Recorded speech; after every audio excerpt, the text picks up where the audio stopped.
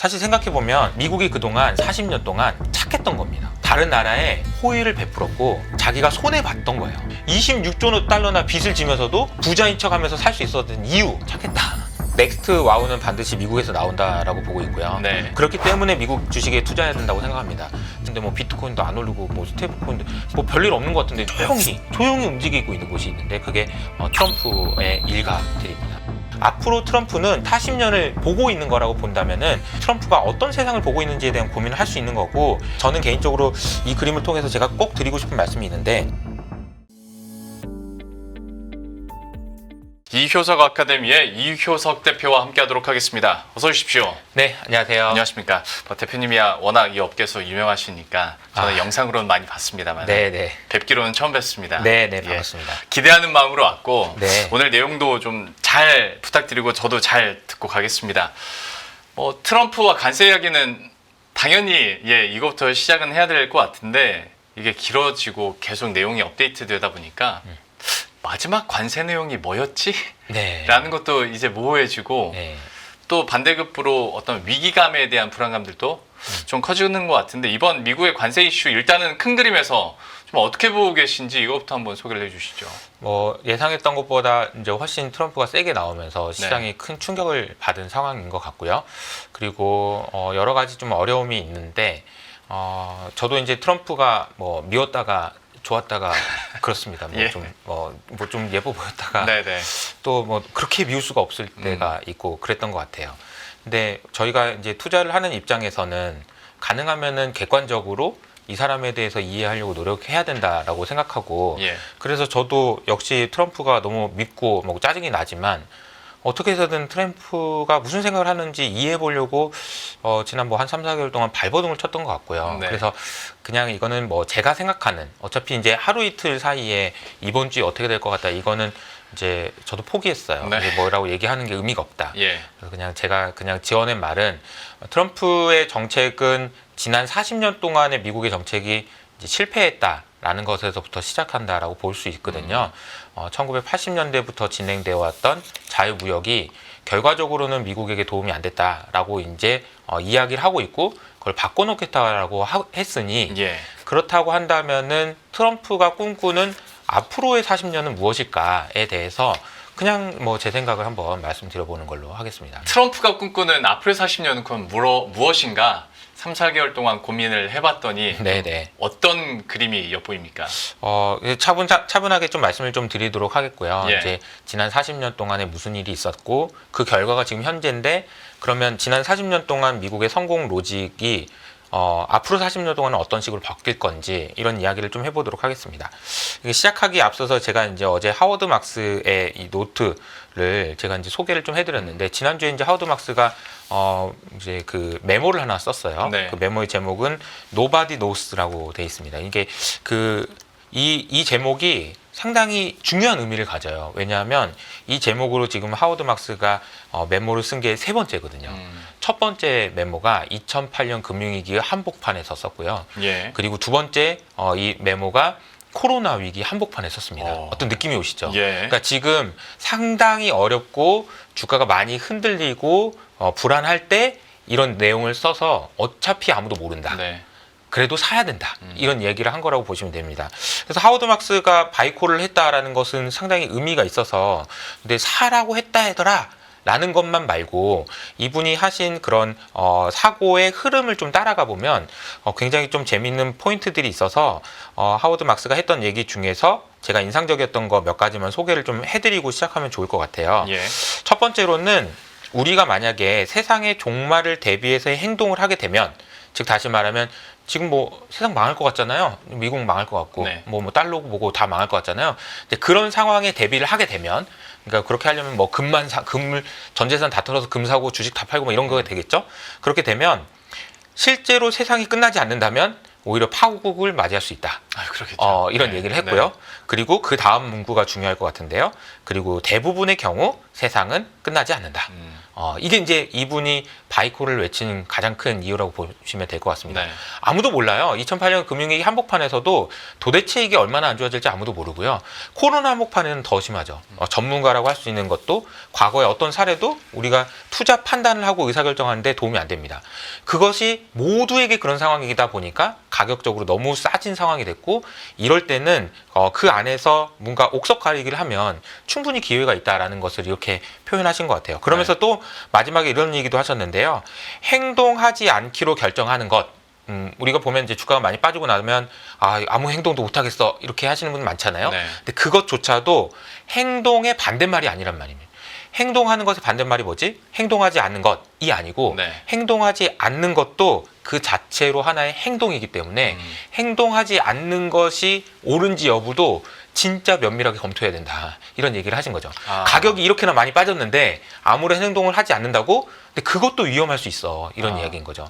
우리가 흔히 얘기할 때 투자하다 보면은 리스크라고 하면은 주가가 빠지는 리스크만 생각하잖아요. 예. 근데 반대로 업사이드 리스크도 있습니다. 네. 이 업사이드 리스크는 우리나라 말로 바꾸면 배 아파서 죽는 내가 주식이 어제까지 있었는데 내가 어제 다 팔았는데 주가 급등하는 네. 배 아픈 리스크를 말하는 거거든요. 그러니까 업사이드 리스크도 이제 해지를 해야 된다라는 의미겠죠. 그러니까 행동하지 않는 것도 위험할 수 있다라는 걸 얘기하신 것 같아요. 그래서 하워드 막스가 어제 이제 했었던 메모를 쭉 보면서 세상이 굉장히 혼란스러운 건 맞지만 이 가격이 그 부분을 충분히 반영했다면 이분의 표현으로 딱 이렇게 돼 있더라고요. 욕조에 이제 아이가 목욕을 하고 있었는데 욕조에 이렇게 물을 버렸어요. 네. 근데 아기까지 이렇게 떨어내려가는 거죠. 네. 이건 안 되지 않냐는 거죠. 그럼요. 아기는 건져내야 되지 않냐.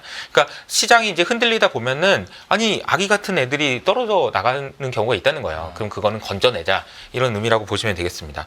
그래서 이제 시장과 관련돼서는 하워드 막스가 던져준 메시지가 상당히 의미가 있는 것 같아서 그 내용을 좀 소개를 먼저 좀 간단히 해드렸고요. 예.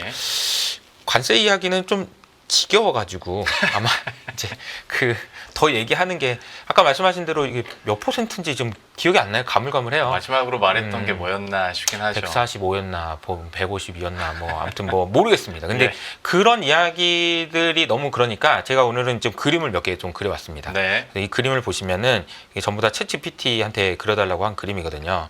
요즘에 이제 그림을 너무 잘 그려가지고 저도 이런 것도 할 수 있게 되겠더라고요. 네. 트럼프가 중국에 관세를 때렸죠. 하지만 사실 알고 보니 애플을 때린 거다. 네. 이런 얘기 많이 들어보셨을 겁니다.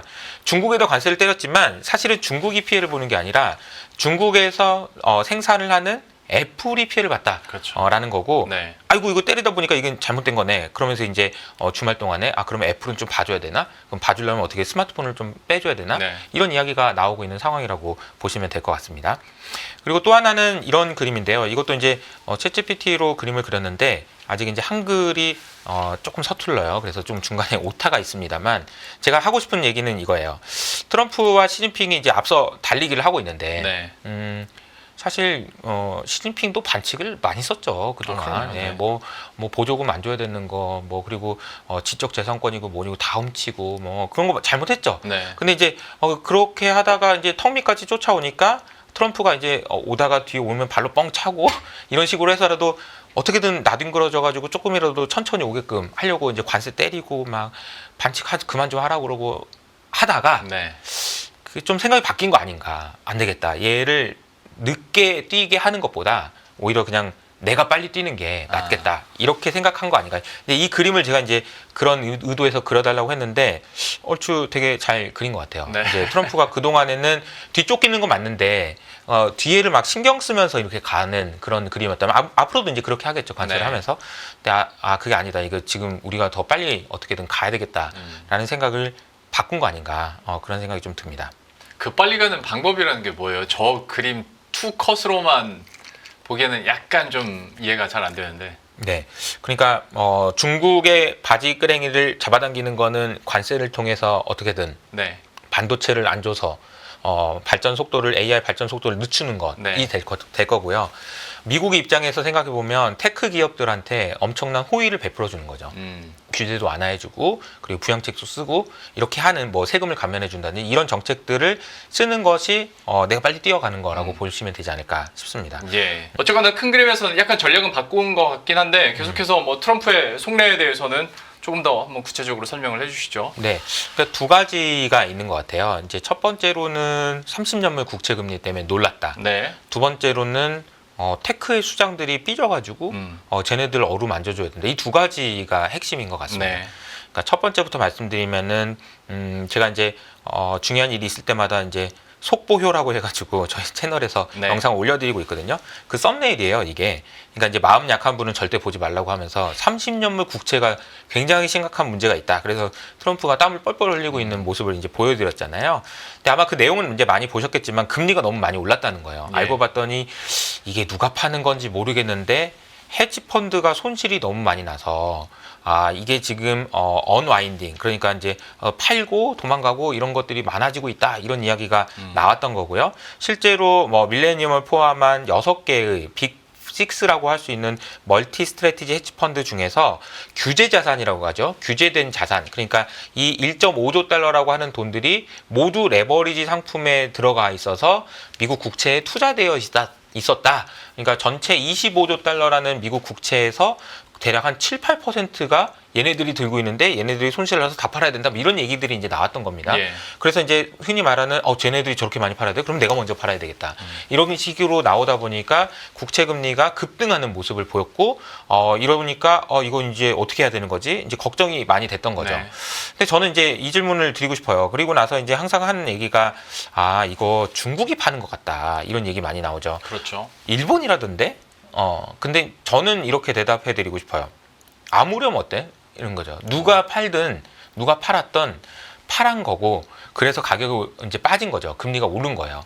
그럼 왜 누적된 결과가 왜 그렇게 이런 누적된 결과가 있었는지 그리고 얼마나 도대체 미국 국채를 도대체 누가 들고 있는 건지 이런 것들을 이제 따져봐야 된다라는 생각이 좀 드는데 그러면 그 전에 잠깐 중간에 궁금한 게 생겨서 뭐 그래서 그게 왜 중요해? 결과가 중요한 거지라고 얘기를 하실 수도 있지만 또 시장에서는 되게 궁금했었던 게 그냥 진짜 헤지 펀드들이 자산이 녹고 있으니까 이 정도에서 청산을 한 건지 아니면 중국 정부 입장에서 어떤 패권에 대해 맞서기 위해서 미국의 패권에 맞서기 위해서 달러를 대량 매도하는 거 아니야? 라는 해석도 했었는데 그거는 결과적으로는 뭐 같을 수는 있겠지만 의도가 완전히 다른 거잖아요. 그것도 근데 좀 면밀히 보긴 해야 되지 않습니까? 네네.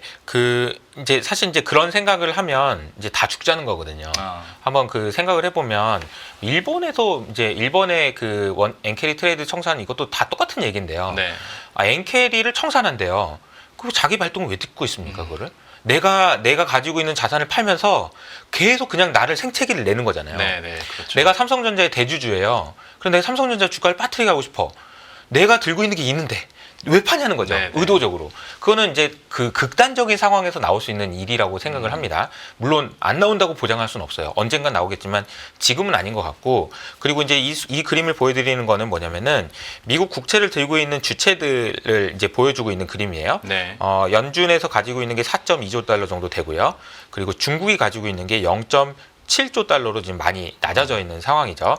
그래서 이게 지금 보면은 0.7조 달러니까 아니야, 크게 문제 없어. 이런 건 아니에요. 네. 말씀하신 대로 한 번에 다 매도가 나온다. 그러면 엄청나게 큰 그럼요. 영향을 네. 주겠죠. 하지만 그 바보가 아닌 이상 뭐하러 그렇게 파냐는 거죠. 이 의도를 가지고 할 거면 더 제대로 해서 야, 이거 판다고 겁도 주고 이런 카드를 써먹어야지 뭐라고 지금 여기서 팔고 있겠냐는 거예요. 다 써버릴 수는 없으니까. 그런 이유가 전혀 없잖아요. 그냥 네. 물론 살짝 팔면서 이제 겁을 줄 수는 있겠죠. 근데 그런 식으로 이제 본격적인 그런 움직임은 아니지 않을까 이런 생각이 듭니다. 오히려 이제 제가 말씀드리고 싶은 거는 이게 지난 40년 동안 누적된 결과물이라는 걸 말씀드리고 싶은 거예요.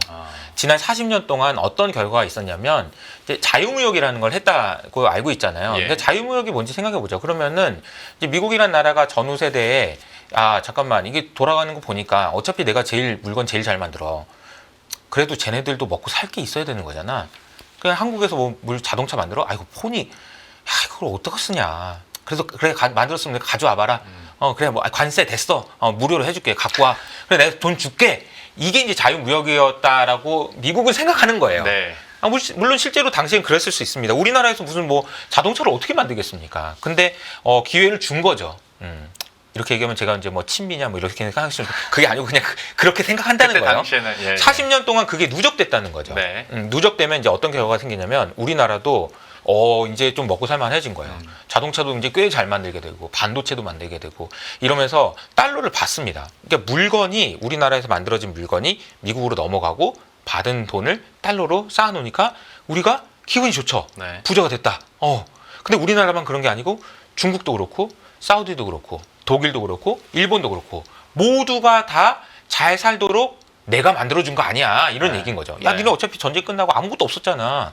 내가 달러 주면서 사줘서 그런 거 아니야? 예. 라는 이야기가 이제 미국이 생각했던 거고 미국이 패권 국가로서의 그런 호의를 베풀어줬기 때문에 니네 부자가 된 거고 그리고 네가 부자가 됐으니까 야 우리 채권 같은 거 야 감히 우리 미국한테 돈 빌려줄 생각을 니네들이 어떻게 했겠냐.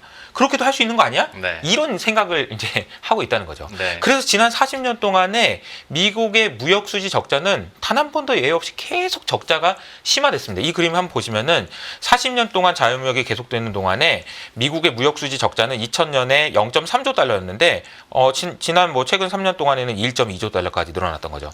여기서 한 가지 특징적인 것은 중국은 이 그림에서 보시는 것처럼 굉장히 많이 늘지 않았어요. 최근에.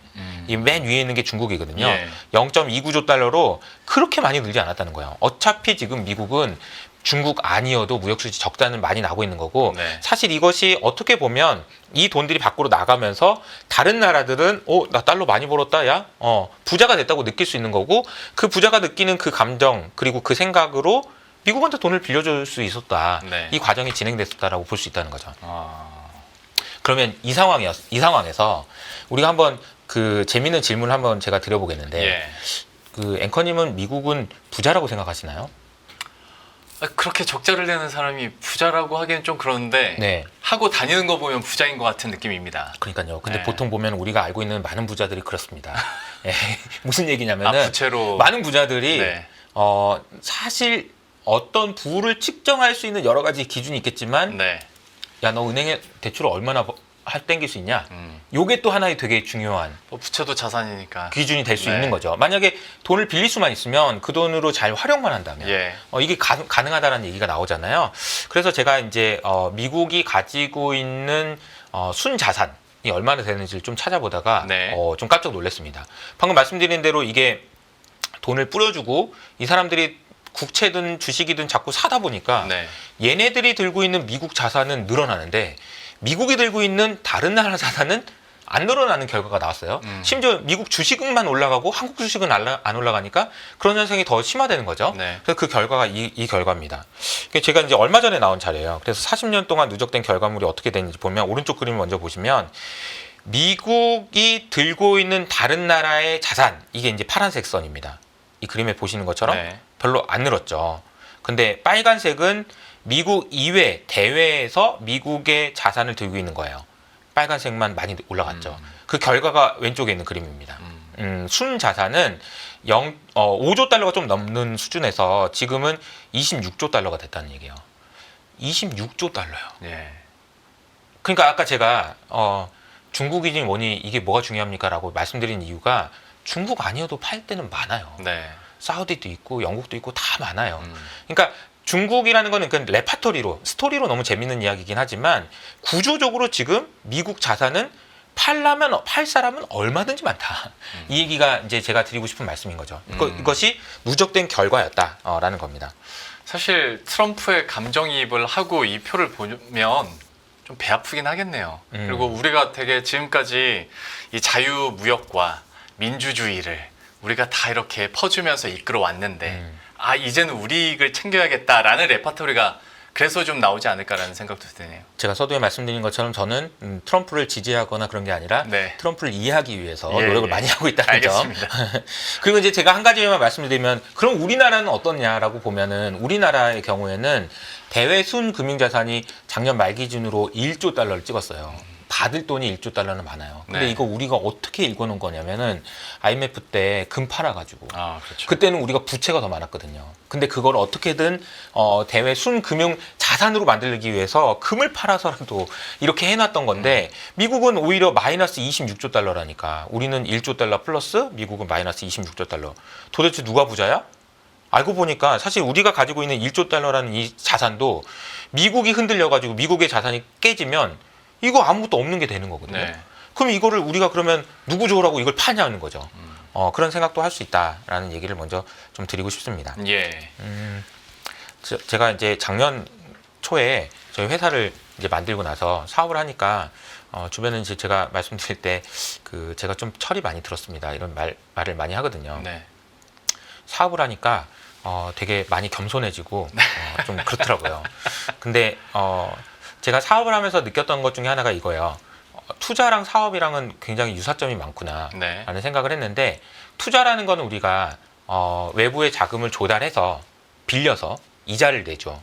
그리고 그 돈을 운용하는 거잖아요. 사업이라는 건 이런 것 같아요. 사람을 빌리고 월급을 주고 그 사람과 함께 무엇인가를 만들어내는 것 같아요. 투자는 돈을 빌리는 거라면 사업은 사람을 빌리는 거라는 네. 거죠.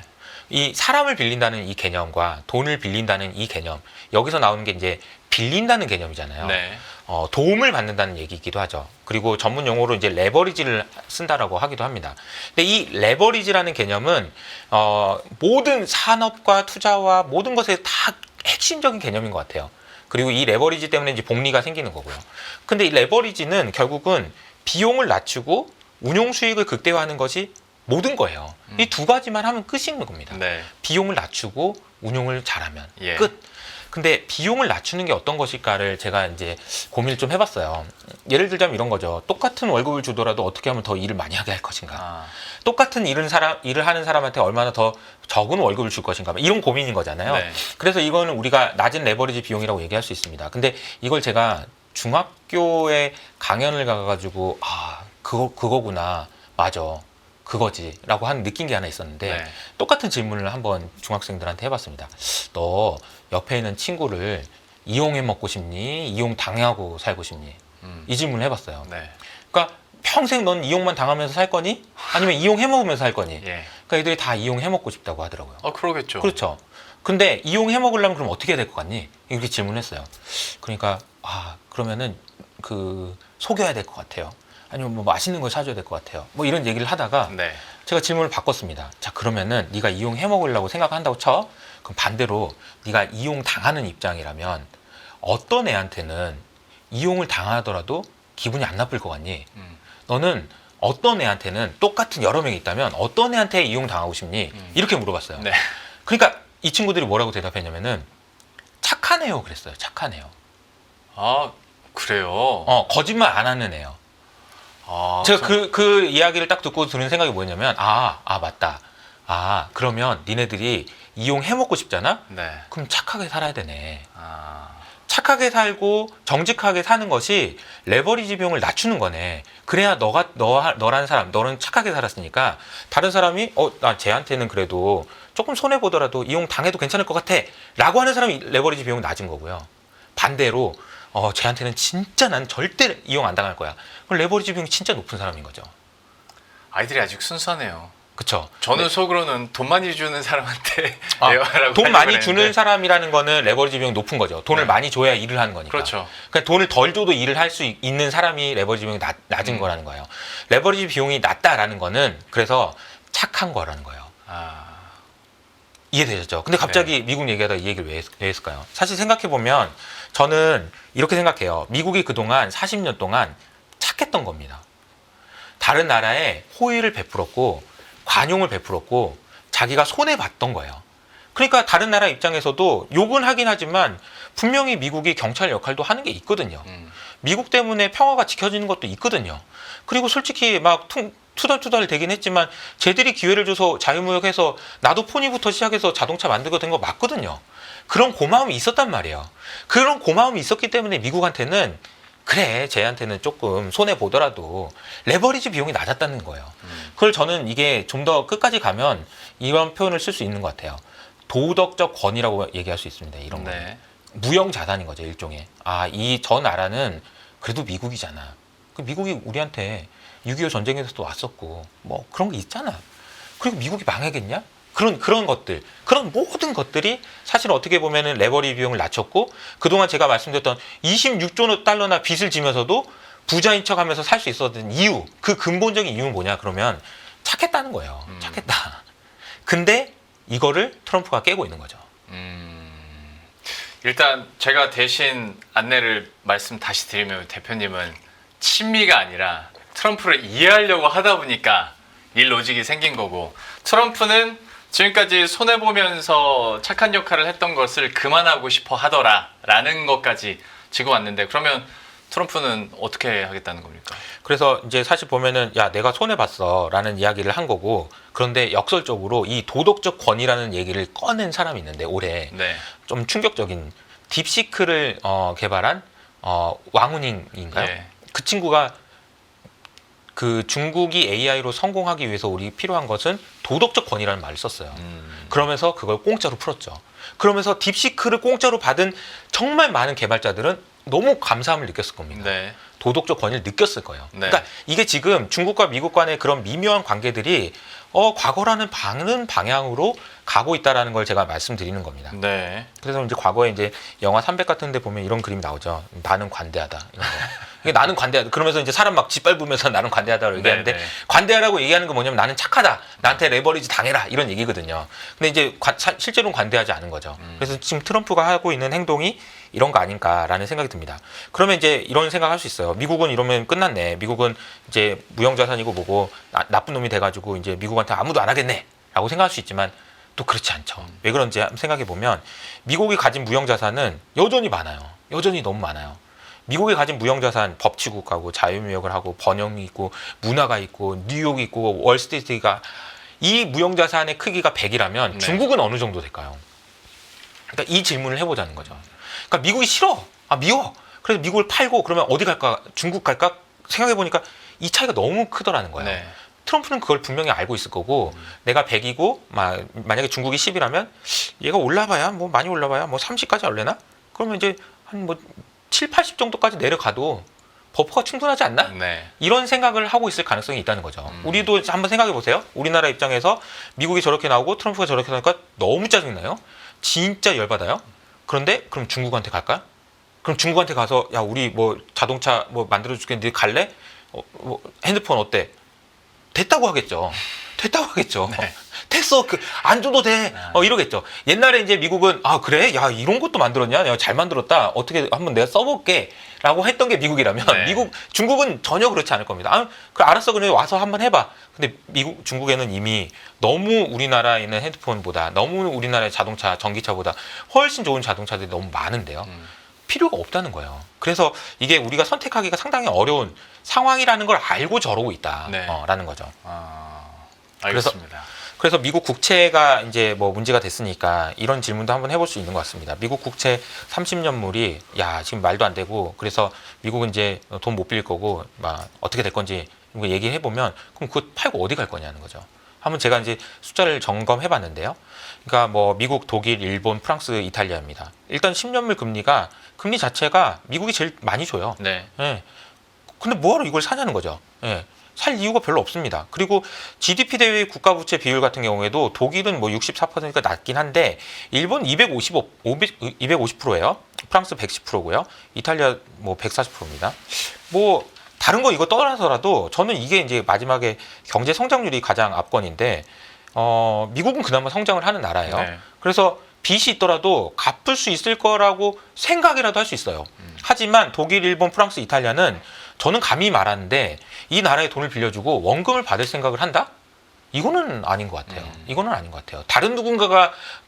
어떤 호구가 와서 내 원금을 대신 갚아주는 일이 없는 한 원금을 갚을 수가 없어요. 기본적으로. 독일은 벌써 지금 3년대 경제 성장률이 없는 나라고요. 네네. 일본은 지금 이제 그럼 뭐 독일은, 프랑스는, 이탈리아는 없어요. 갚을 수가 없다는 거예요. 그러니까 사실 이제 미국이 진짜 뭐 말도 안 되고 근데 이제 따놓고 미국 팔고 그럼 뭐 살 건데, 그러면 없다는 겁니다. 네. 네. 이게 참 아이러니한 거죠. 이 얘기를 하는 것이 참 열받긴 하지만 어쩔 수 없는 사실인 것 같기도 합니다.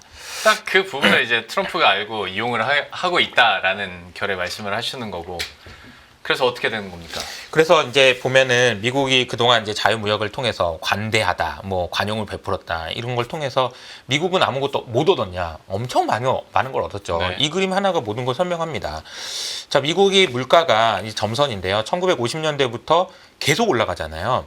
그런데 놀랍게도 내구재 물가는 1980년대 이후로 하나도 오르지 않았습니다. 이것이야말로 자유무역의 최대 수혜인 거죠. 그쵸. 미국은 지금 내구재를 전 세계에 있는 모든 나라가 제가 더 싸게 만들었습니다. 트럼프 미국 제가 더 싸게 그러면서 왔다는 거예요. 네. 그러면서 이게 물가가 하나도 안 올랐잖아요. 하나도. 이게 수혜 아니면 뭡니까? 그래서 이 문제가 사실은 이제 트럼프가 이걸 문제를 해결하기 위해서 미국의 제조업을 뭐 부흥하겠다라고 하지만 사실은 저는 이게 결코 쉬운 문제가 아니라고 생각하는 게 트럼프 말이 틀린 말은 아니에요. 그래서 이런 상황이 되다 보니까 미국의 제조업이 망가지긴 했어요. 그래서 300만 명의 일자리가 줄었어요. 네. 그러면 그 300만 명의 일자리를 다시 살리기 위해서 사실 살릴지 못 살릴지도 몰라요. 근데 그런 위험을 감수하면서 나머지 3억 명의 미국인들에게 더 높은 물가를 감수하라고 얘기할 것인가? 이거는 굉장히 쉬운 문제는 아닙니다. 그렇죠. 네, 그런 결정을 하기가 쉽지 않다. 바보가 아니라면은 그런 결정을 할 리가 없다라고 생각을 합니다. 그러니까 트럼프가 워딩을 너무 세게 해서 마치 그렇게 할 것처럼 얘기하지만 그것이 속내는 아니라고 생각을 해요. 그러니까 트럼프를 이해하기 위해서 가장 여러분들이 아셔야 되는 용어가 뭐냐면은 과장된 진실이란 표현이에요. 네. 과장된 진실이란 말은 뭐냐면 트럼프가 하는 말이 틀린 말은 아니에요, 완전히. 근데 이걸 과장하는 거죠. 그러니까 사람들이 듣기에는 지금 되게 짜증이 나게 만드는 그런 예. 이제 어법을 쓴다라고 볼 수 있는데 이거는 이제 유튜브로 얘기하면 이제 과장된 썸네일 이렇게 볼 수 있죠. 네. 썸네일이 과장된 겁니다. 네. 어그로 엄청 끄는 거야. 근데 내용을 보면 이건 거짓말만 하고 있어. 그러면 이거는 사장되는 거지만 틀린 말은 아니야. 그러면 이제 계속 될 수 있다는 얘기거든요. 네. 트럼프가 자신의 워딩을 대외적으로 설득력 있게 하기 위해서 쓰는 수사다 이렇게 보시는 게 맞지 않나. 이게 관세나 이런 것들이 중요하긴 한데 관세만 보고 있으면 안 된다라는 말씀을 좀 드렸습니다. 예.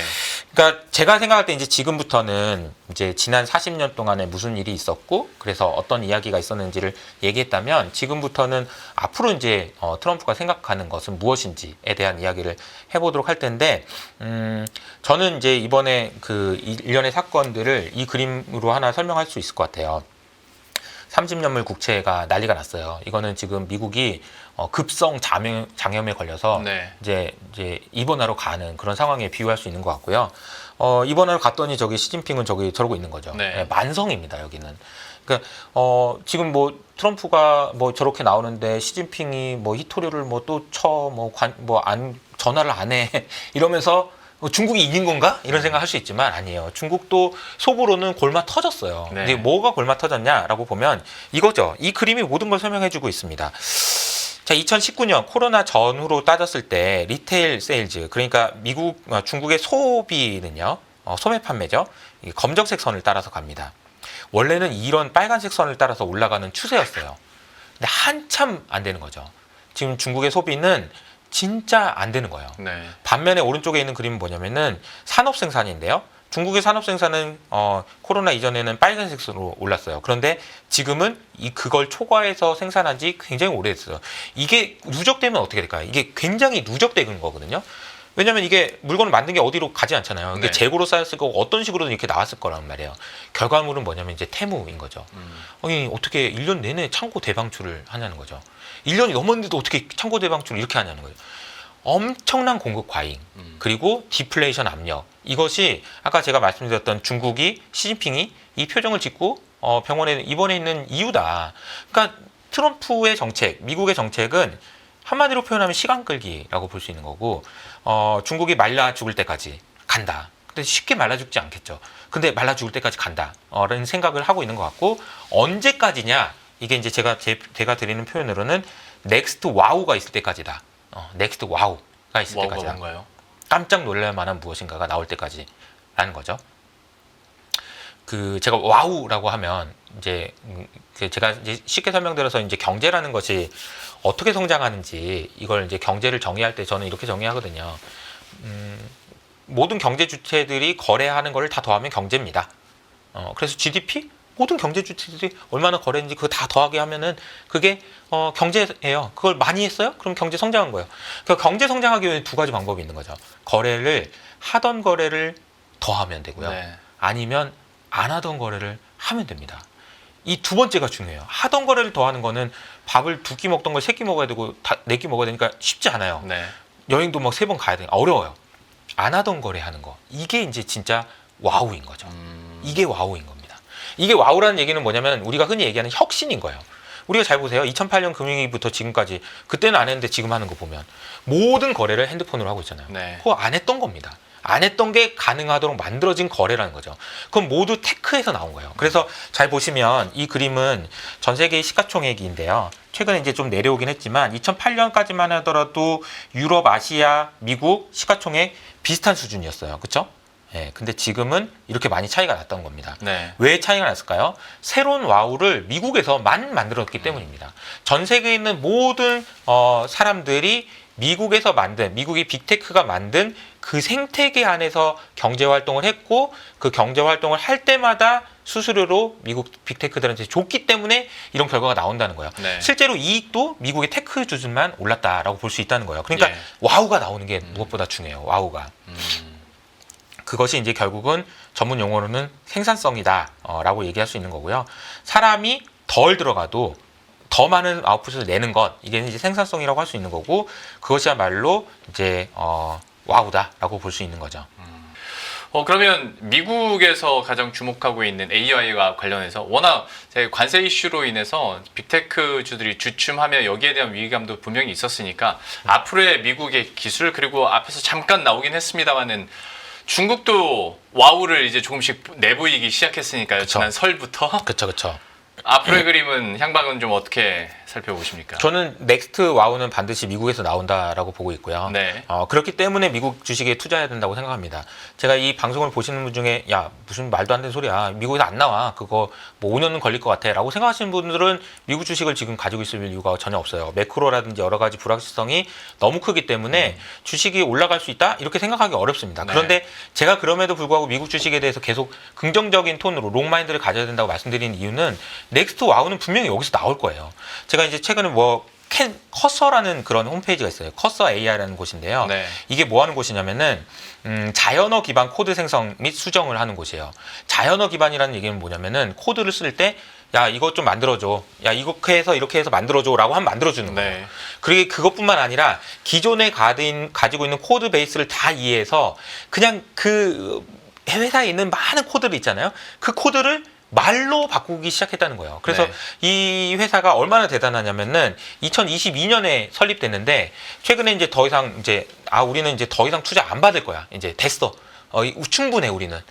그리고 거의 대부분에 있는 코딩하는 그 개발자들이 다 이 회사를 쓰고 있습니다.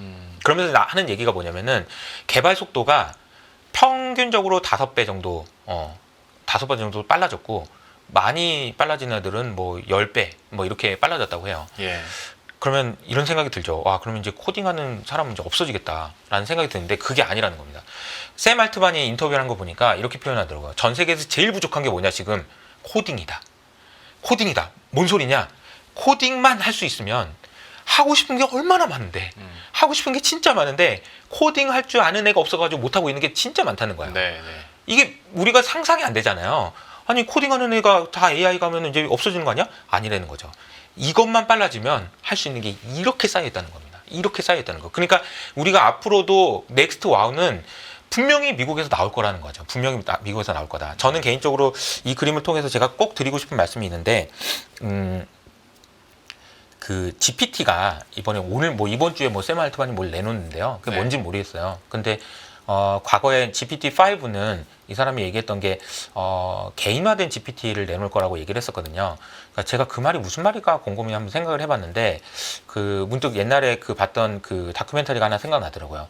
우리나라에서 공부를 제일 잘하는 상위 0.1% 애들을 추적해가지고 네. 도대체 얘네들은 뭐 때문에 공부를 잘하는가를 따져본 적이 있었대요. 근데 그 방송을 마지막에 못할 뻔했다고 합니다. 왜냐하면은 다 찾아봤는데 유의미한 게 없어서 학벌인가? 그러니까 아빠의 그 학력인가? 아니면 집안인가? 재력인가? 뭔가 다 찾아봤는데 없더래요. 네. 근데 딱 하나 이제 마지막에 이제 확인된 게 메타인지였는데 아, 메타인지라는 걸 어떻게 측정했냐면은 이 아이한테 시험 보고 나서 너 몇 점 맞았을 것 같아? 라고 물어봤는데 네. 실제로 딱 그 점수를 맞는 아이들, 그 얘기는 내가 뭘 아는지 모르는지를 아는 아이들, 예. 그 아이들이 학습 능력이 0.1% 안에 든다라는 이야기였거든요. 이걸 우리는 메타인지라고 이야기해요. 내가 뭘 아는지 모르는지를 안다는 거죠. 내가 뭘 아는지 모르는지를 알아야 학습 속도가 빨라집니다. 네. 근데 제가 왜 AI 얘기하다 이 얘기를 했냐면은 저는 만약에 GPT가 개인화된 GPT가 붙는다. 그러면 이 개인화된 GPT가 붙은 인간은 그렇지 않은 인간과 아예 종이 다르다고 얘기할 수 있을 정도로 생각해요. 얘네 이 없는 사람과 이 붙은 사람은 이 모든 사람은 0.1% 안에 드는 사람이 될 거라는 거죠. 어떻게 보면 진화된 인간이라고 볼 수도 있지 않을까? 근데 이런 상황이 될 수 있는데 이미 이제 코딩하는 사람은 그런 수준에 이제 올라왔는데 어떻게 와우가 안 나오냐는 거죠. 분명히 나올 겁니다. 분명히 나올 거고 뭐 AI 에이전트가 됐든 아니면 어떤 형태든 나올 가능성이 높다라고 저는 보고 있습니다. 그래서 테크 회사들에서 그 중에서 이제 이것을 쓰고 싶어하는 사람, 뭐 만약에 제가 아까 말씀드린 코딩만 할 수 있으면 할 일은 많다. 하고 싶은 것이 많은 회사, 이런 회사가 있는데 제가 지난번에도 말씀드렸던 팔란티어 같은 회사가 대표적인 거예요. 네. 이 팔란티어는 각각에 있는 정부의 기관이나 혹은 기업들에 들어가서 이 기업을 다 뜯어고치고 싶어요. 할 일이 너무 많아요. 코딩만 할 수 있으면. 근데 코딩이 공짜가 되고 있고 코딩의 속도가 엄청나게 빨라지고 있습니다. 가장 큰 수혜를 받는 게 이제 팔란티어라고 생각하고, 또 하나는 해야 될 것이 많은 회사예요. 팔란티어라는 회사는. 이 회사는 미국의 제조업을 뜯어고치고 있습니다. 어떻게 뜯어고치냐? 아유, 지금 미국에 있는 제조업들이 무슨 뭘 달러 약세를 통해서 그런 게 아니고, 팔란티어를 통해서 미국의 공급망을 효율적으로 관리하고 데이터를 관리하는 거죠. 이 데이터를 관리하는 것을 통해서 얻을 수 있는 효용이 굉장히 크다. 그러니까 할 일이 많고 해야 될 것도 많다. 이런 회사들의 가치가 이제 올라갈 수 있다라고 생각을 하는 거고요.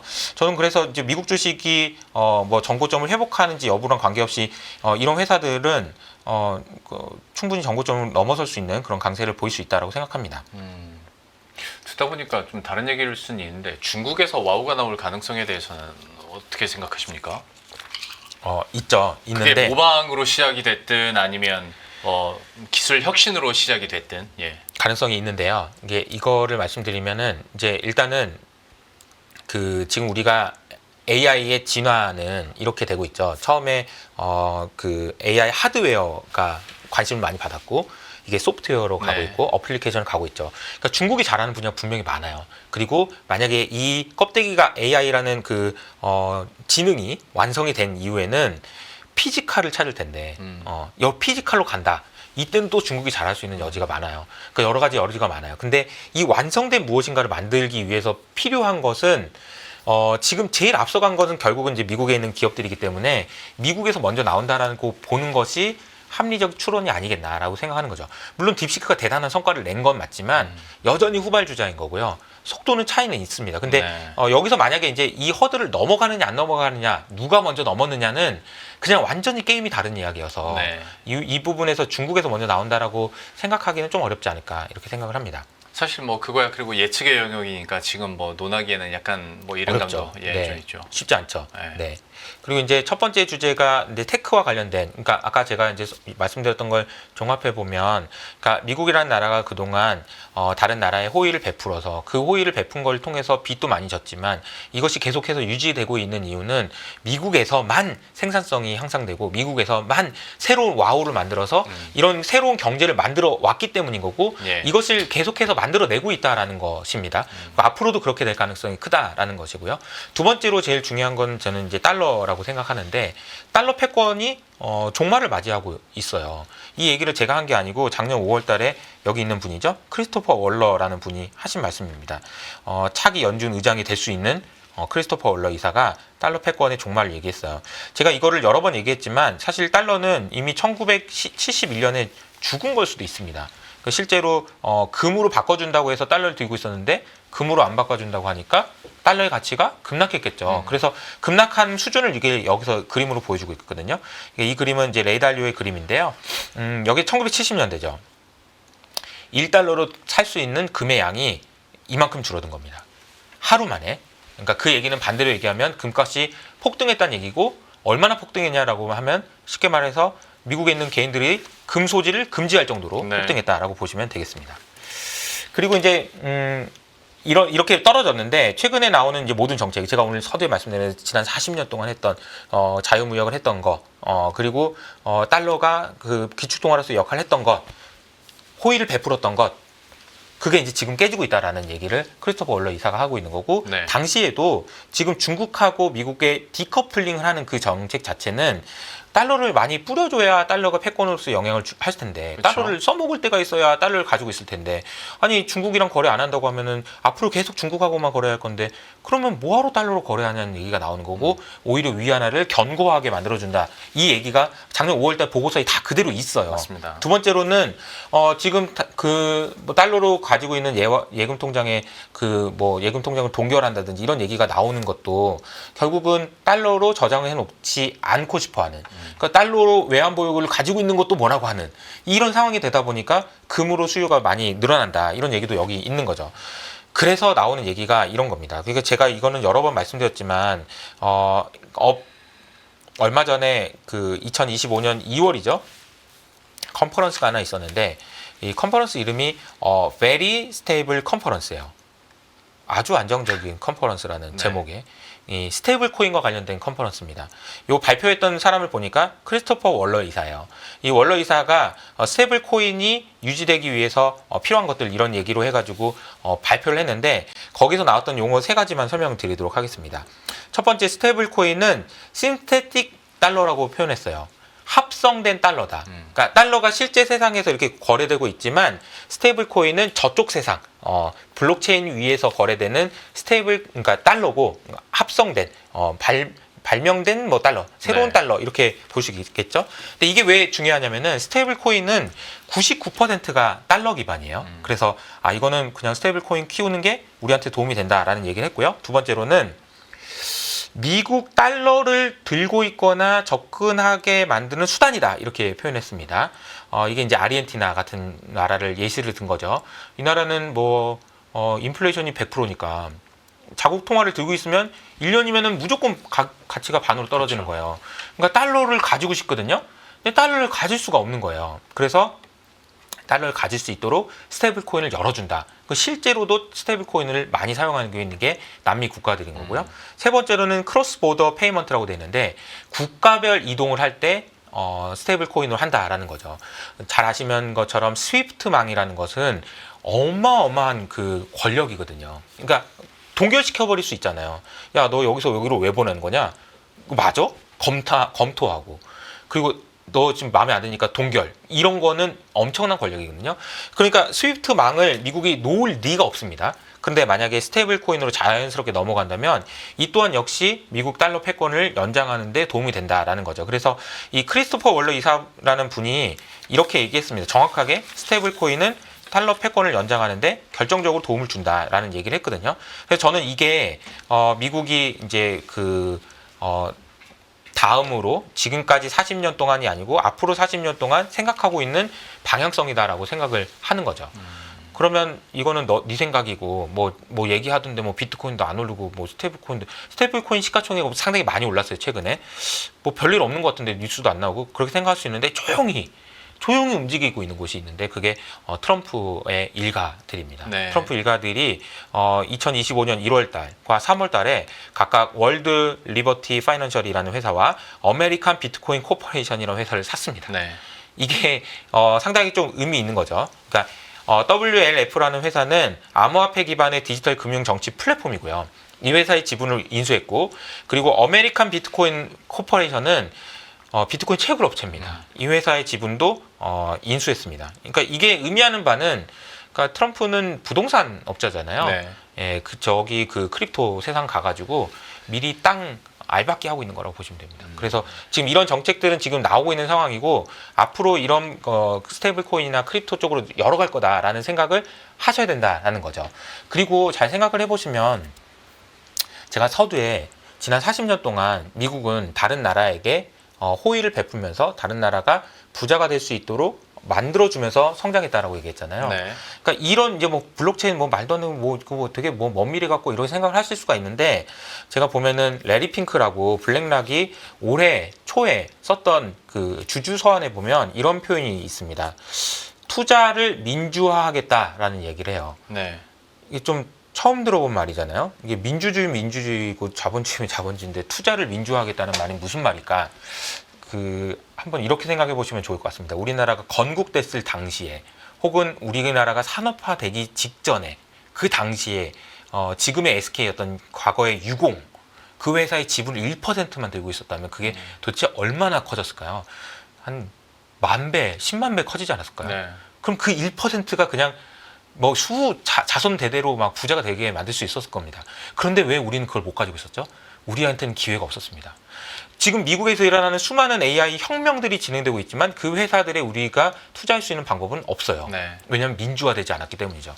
이것을 민주화하겠다라는 얘기를 한 게 블랙락의 레리 핑크고 그거 어떻게 할 거냐? 전부 토크나이즈 하겠다는 거죠. 토크나이즈 해서 모두에게 투자할 수 있도록 해주겠다. 그래서 너도 부자가 되고 너도 부자가 되게 해줄게. 그러면 나를 따라와. 이게 얘기가 그동안 미국이 했던 방식이 연결돼 있는 이쪽 세상을 개척하면서 나가겠다라는 방식하고 같은 의미라는 거죠. 미국은 늘 새로운 땅을 개척하면서 성장했어요. 우리가 보고 있는 이야기들은 관세는 이 세상의 이야기잖아요. 아까 서두에 말씀드렸던 기술 이야기도 지금 세상엔 없어요. 그런데 와우를 통해서 새로운 걸 만들어내는 거죠. AI를 통해서 새로운 걸 만들어내고 그 안에서 새로운 것을 자기가 다 먹겠다는 보관인 거고요. 두 번째 크립토 역시 마찬가지로 지금은 없어요. 아무것도. 여기에서 새로운 것들을 만들어내고 이 안에서 새로운 부자들을 만들어내겠다는 보관 아니겠냐. 앞으로 트럼프는 지난 40년 동안의 그런 경제 정책이나 이런 것들을 뒤로 하고 앞으로 40년을 보고 있는 거라고 본다면은 우리가 지나치게 관세 이거 물론 뭐 문제가 있죠. 여러 가지 짜증 납니다. 하지만 이 트럼프가 어떤 세상을 보고 있는지에 대한 고민을 할 수 있는 거고 레리 핑크가 한 이야기에서 기회를 찾을 수가 있다라는 겁니다. 그래서 레리 핑크가 한 얘기가 이거예요. 앞으로 인프라 투자와 관련돼서 68 트릴리언 달러의 투자 기회가 있는데 이거 어떻게 할 거냐는 거죠. 또 그냥 아는 사람들끼리 누구누구끼리 뭐 대통령 누구누구끼리 먹고 끝날 거냐? 민주화하자는 겁니다. 이걸 토크나이즈를 통해서 가능하다라는 얘기고 그 인프라 투자를 그렇게 하겠다라는 얘기입니다. 그래서 제가 한 말이 아니고요. 지금 레리 핑크가 한 얘기죠. 토크나이즈를 통해서 주식, 채권, 모든 펀드를 토큰화할 수 있다. 그렇게 된다면 투자에 혁명이 일어날 것이다. 그렇게 이야기하면서 그러니까 민주화라는 개념이 중요한 거죠. 나만 잘 살겠다는 것이 아니고 니도 잘 살게 해줄게. 이제 이 얘기를 이제 좀 안 좋게 들으시면 뭐 설거지 시키는 거냐 이렇게 생각하실 수도 있지만 그게 아니고 진짜로 뭐 그게 정말 잘 된다면 이 세상이 커진다면 그런 세상도 올 수 있지 않을까 이런 생각을 좀 말씀드려봤습니다. 듣다 보니까 근데 어떤 투자에 대한 민주화 이거 개념 자체는 너무 멋지고 좋은 것 같습니다. 근데 또 한편으로 생각했을 때 이런 투자 자산들을 모두 토큰화 한다고 해서 진짜 우리에게 기회가 올까? 그러니까 우리가 달러를 살 수가 없어서 거기 그 자산에 투자를 못 해왔던 건 사실 아니잖아요. 로직이 어떻게 현실화될까에 대한 막연함이 좀 있습니다. 여기에 대한 고민도 혹시 해보셨을까요? 민주화된다라는 것이 이제 아무 의미가 없다라고 했던 얘기가 과거에 블랙락이 처음으로 채권형 ETF를 만들었을 때 나왔던 얘기죠. 채권형 ETF, 채권 그냥 사면 되지 뭘 ETF라고 얘기했지만 채권 ETF를 통해서 민주화됐죠. 채권이 민주화된 사례입니다. 왜냐하면 그 전에는 채권을 어떻게 사요? 100억 있어야 사는데요. 어떻게 네. 사요? 근데 그걸 쪼개니까 살 수 있게 되잖아요.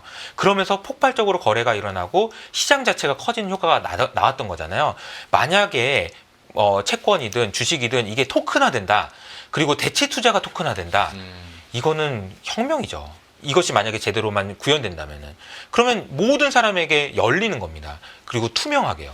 이게 그냥 단순하게 생각할 얘기가 아니고 블랙락의 레리 핑크는 이 얘기를 지금 벌써 3년째 하고 있고 상당히 여러 군데에서 준비하고 있다는 게 나옵니다. 예. 그래서 이런 것들이 된다면 이게 앞으로 40년을 내다놓고 봤을 때 충분히 가능성이 있다라는 생각을 할 수 있는 것 같아요. 어떤 중국의 디지털 위안화과 관련해서 그리고 중국의 크립토 월드에 대해서도 얘기를 많이 했었거든요.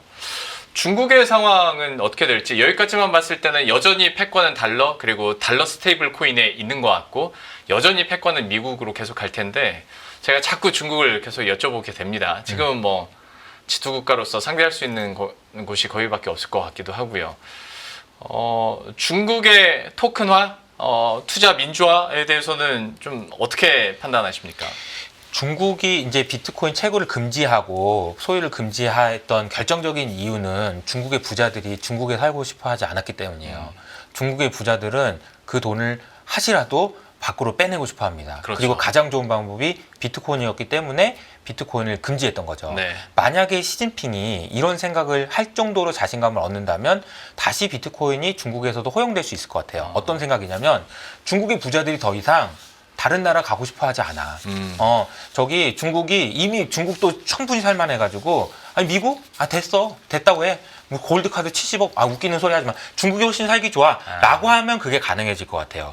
그런데 지금은 아직은 그런 상황은 아니죠. 여전히 중국에 있는 부자들은 그래도 돈만 있으면 미국에서 사는 게 더 좋은 거 아닌가? 자유도 있고 이런 생각을 하는 것 같고요. 네. 하다못해 이제 홍콩이라도 그런 생각을 하는 것 같고 그 생각이 변화가 될 정도로 중국을 완전 힘의 추가 넘어간다. 그러면은 말씀하셨던 그런 일들도 일어나지 않을까. 결국은 이제 오늘 이야기했던 것의 이제 마지막 핵심을 이야기하면 결국 이런 것 같아요.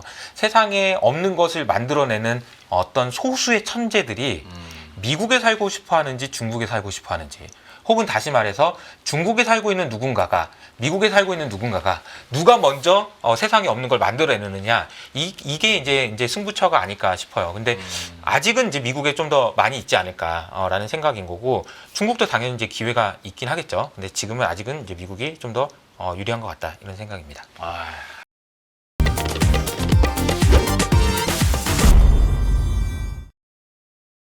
더 많은 영상을 보고 싶으신 분들은 화면 오른쪽에 있는 구독 버튼을 눌러주시기 바랍니다. 그리고 영상을 보시면서 좋아요는 필수인 거 아시죠? 항상 인포맥스 라이브를 사랑해주셔서 감사합니다.